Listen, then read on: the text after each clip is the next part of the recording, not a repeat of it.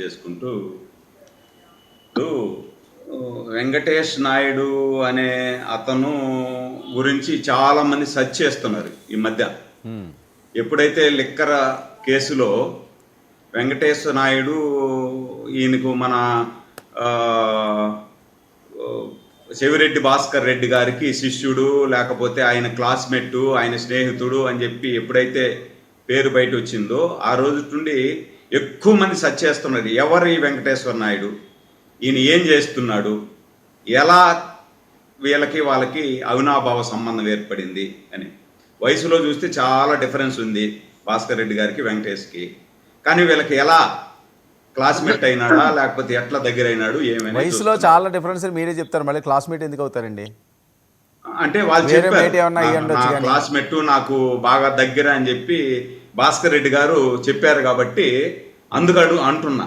భాస్కర్ రెడ్డి గారే నా క్లాస్మేట్, నా చిన్ననాటి స్నేహితుడు అని చెప్పి భాస్కర్ రెడ్డి అంటే అందరూ కూడా ఎట్లా ఎవరు ఇతనేమో చంద్రగిరి తిరుపతి మా ఏరియాలో, మాకైతే వెంకటేశ్వర నాయుడు ఎవరు తెలియదు, ఈ ఏరియాలో ఉన్నట్టు లేదు. కాదండి, ఇప్పుడు తమన్నా వాళ్ళతో స్పెషల్ ఫ్లైట్లతో ఆ ఫోటోలు ఏంటండి, అసలు ఎవరైనా?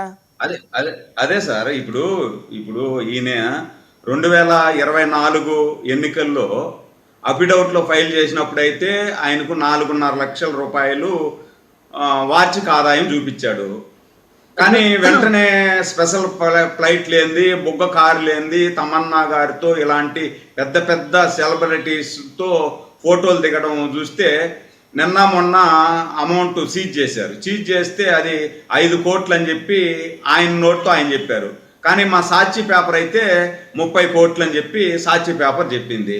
అంటే ఇప్పుడు కరెక్ట్గా 1 ఇయర్లో ఆయన అఫిడవిట్ ఫైల్ చేసినప్పుడైతే 4.5 లక్షల రూపాయలు ఆయన చూపించాడు. కానీ కట్ చేస్తే 1 ఇయర్ తర్వాత బయటపడే కొందికి 5 కోట్లు ఆయన నోటితో చెప్పింది, సాక్షి పేపర్లో చెప్పింది 30 కోట్లు చెప్తున్నారు. అంటే సంవత్సరంలో ఇన్ని కోట్ల రూపాయలకు అధిపతి అయినాడు అంటే ఆ సీక్రెట్ మాకందరికి కూడా చెప్తే మేము కూడా, మా కీర్తన గారు కానీ మా శ్రీకాంత్ కానీ, పాపం మా బాలకోట ఎన్న అయితే 24 గంటలు కష్టపడే పనే పాపం. అవునండి, పోరాటం చేసే పనే, రూపాయి లేదు పాపం. కాదు, మీకు చెవిరెడ్డి భాస్కర్ రెడ్డి ఇలాంటి ఫ్రెండ్స్ ఉండాలి, ఆయనకు ఉన్నారు, మీకు లేరు. అదే సార్, మాకు చెప్తే ఆ సీక్రెట్. ఇప్పుడు రాష్ట్రం బేదగా ఉంది, యువత ఇబ్బందులు ఉన్నారు కదా, ఆ సీక్రెట్ చెప్పినారంటే మనం కూడా 10 కోట్లలో లేకపోతే 30, 50 కోట్లు అట్లా సంపాదించుకునేచ్చు, సంవత్సరంలో ఇంత సంపాదించుకునేచ్చు అనే సీక్రెట్ చెప్తే అందరూ సంపాదించుకుంటారు. అదేదో కానీ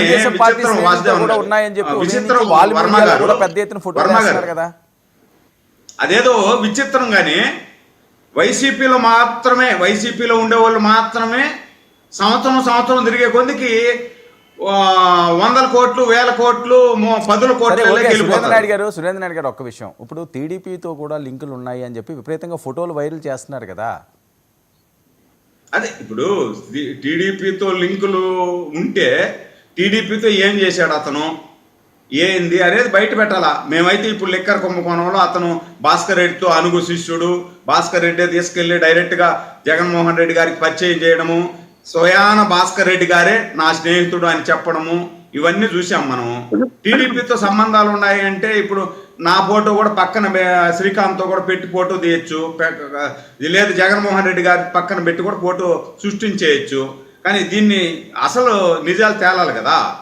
అందుకని నేనేమంటానంటే వర్మ గారు ఒక సెకండ్ నేనేమంటానంటే, మీరు మామూలుగా కూడా చూడండి, జగన్మోహన్ రెడ్డి గారు కూడా రాజశేఖర్ రెడ్డి గారు అధికారంలోకి రాకముందు రాజశేఖర్ రెడ్డి గారు అఫిడవిట్ ఫైల్ చేస్తే అప్పుల్లో చూపించాడు. 6 సంవత్సరాలు రాజశేఖర్ రెడ్డి గారు ముఖ్యమంత్రి అయిన తర్వాత ఆయన ఆదాయము, ఆయన బ్యాలెన్స్ షీటు, సాక్షి పేపరు, సాక్షి టీవీ, ఇట్లా కొన్ని సంస్థలు ఏర్పాటు చేసే స్థాయికి ఎదిగిపోయారు. సర్లేండి, ఏమవుతుందో తెలియకుండా మళ్ళీ మీరు వెనక్కి వెళ్తే వాళ్ళు వెనక్కి వెళ్తారు. అవన్నీ కూడా అనవసరమైన టాపిక్లు కదా. ఇప్పుడు రాజశేఖర రెడ్డి గారు ఇవన్నీ అయ్యేందుకు ఎవరు అడిగారు మిమ్మల్ని? మీరు దీన్ని అడిగారండి వర్మ గారు. అంటే నేనేమంటానంటే